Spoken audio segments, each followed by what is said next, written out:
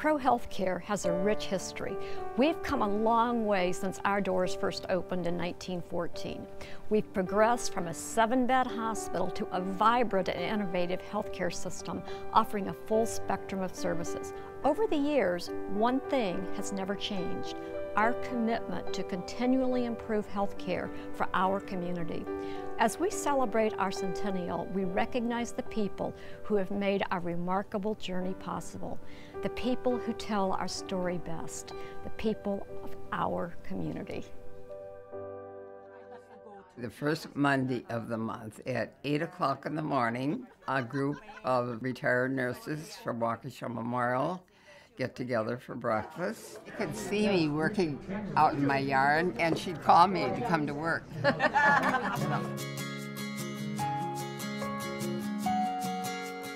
Mostly we're all night people that work nights at the hospital. It is like family because we all know one another so well. We talk about a lot of things. Sometimes gossip.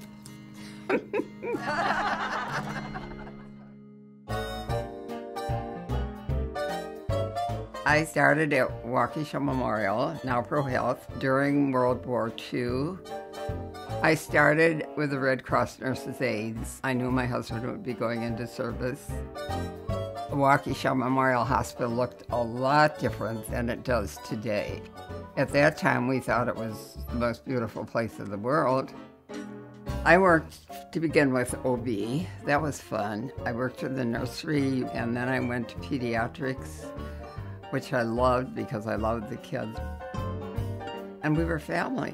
If they needed help, someone didn't show up, someone was ill, you just went to another floor and worked. I think everybody did what they could do. All 4 of my children worked at Waukesha Memorial Hospital sometime in their life. Sometimes we'd go to work at the same time. There's something awfully good about getting up in the morning and being needed somewhere, I think.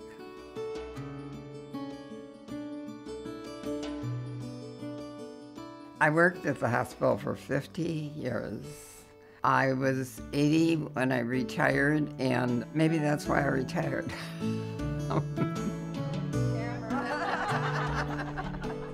Today, everybody came out in the cold weather, you know, they wanted to be there. We all grew up together. To me, it was an enjoyable time of my life. I'm just happy to have been a part of it all these years. I can really say that with pride.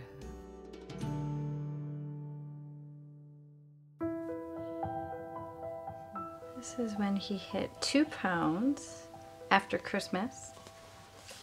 In his little hands. I was 25 weeks pregnant when we started having complications. Then the decision was made that I had to deliver. His life was in jeopardy, and so was mine. It was a whirlwind. I got prepared for my emergency C-section, and about 12 hours later, I finally came to and found out I had a 1 pound 3 ounce baby. He was just the most beautiful baby I've ever seen. The care was phenomenal. The nurses were fantastic. I really leaned on them a lot. They had me involved almost from day one, changing his diapers, doing small things. The things that you wouldn't think are a big deal was huge to me. They got me involved right away, so I felt like a parent. When he was 10 days old, Dominic had to have a heart surgery. And I remember being in the waiting room and just bawling, and a nurse came next to me and just embraced me and hugged me. And at that point, no words would have comforted me. It was the hug, it was her touch, it was her just being there with me.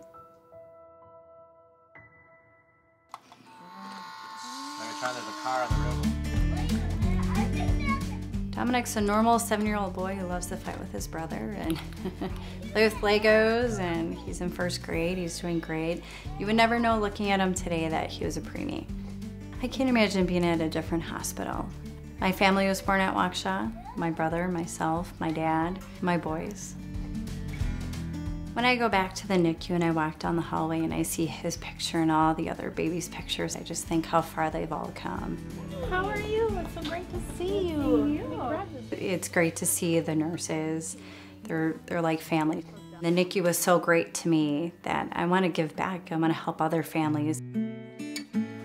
'Twas the night before Christmas when all through the house not a creature was stirring, not even a mouse. A tradition I started when Dominic was in the NICU over Christmas was I read the night before Christmas.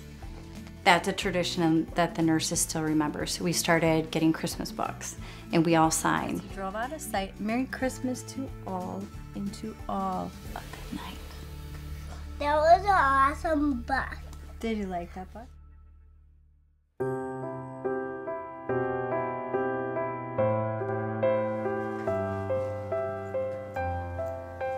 We have 3 mental health clinics, one devoted just working with children that have been abused and have some trauma in their lives.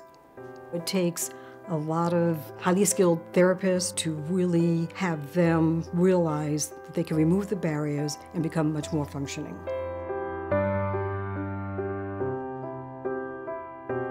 We've partnered with ProHealth for well over 2 decades. In 2006, we created the Child Advocacy Resource and Development Center, and they were a partner. It was a community-wide response of how to address child abuse in this community.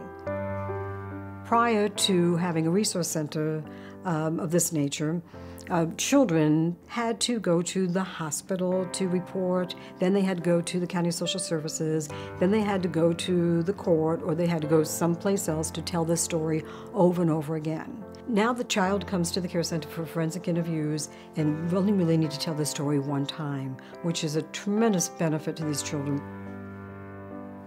We have clinics that work with adult patients, just a variety of those issues that make them really not be able to go on with their lives. ProHealth has certainly moved beyond the hospital walls to help this community. If we didn't come together to address the critical needs, I think it would be a gap for the community. ProHealth strongly believes in working hand in hand with community partners because it truly makes a difference.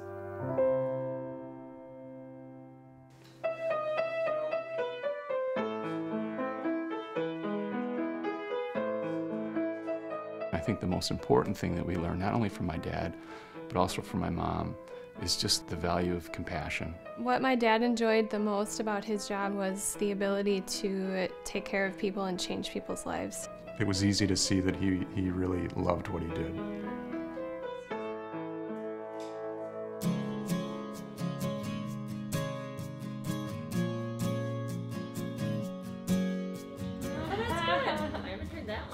As the Foxes growing up went to work with our dad, all of our children have been exposed to Waukesha Memorial Hospital, and they call it the hospital just like we called it the hospital. I think the 4 of us that ended up in healthcare, there was this deep sense of appreciation of what he did.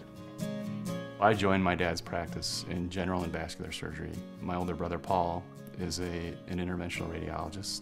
My youngest sister Annie is a nurse practitioner, and she actually works with me. Then, of course, there's my wife, Mary, who's an ear, nose, and throat surgeon, and she's been working at Waukesha as long as I have.